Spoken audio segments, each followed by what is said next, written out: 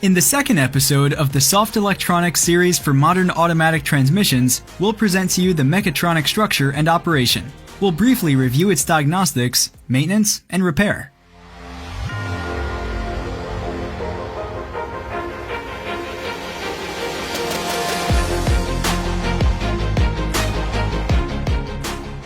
The mechatronic is the control center of the gearbox. Its task is to manage the torque converter and the clutch packs in the gearbox via the transmission fluid under specific pressure. It consists of three main components: control unit, valve body, solenoids.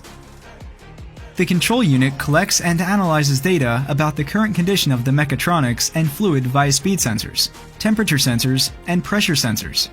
From the gathered information, the control unit optimizes and executes the program for gear changing and at the same time monitors for errors in the electronics and mechanics.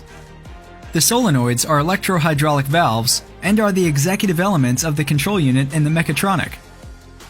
Their role is to manage the hydraulic valves in the valve body by letting in transmission fluid under specific pressure. In modern automatic transmissions, the solenoids work on a higher frequency, which helps for faster gear changing. The valve body is responsible for the hydraulic control in the automatic transmission. Its role is to manage the fluid flow to the various sections of the gearbox and the torque converter. It consists of the following components: plates with fluid paths and valve seats, gasket with gaps on specific places, hydraulic valves, springs, plastic and metal balls. In the upper plate is the manual valve, which determines whether the car is in parking, drive, neutral, or reverse position. The fluid pump is firmly attached to the crankshaft of the engine via the torque converter housing. Because of this, the fluid which is fed from the pump to the mechatronic has variable pressure depending on the revolutions of the engine. For the proper work of the automatic transmission, it's necessary to have constant and invariable working pressure.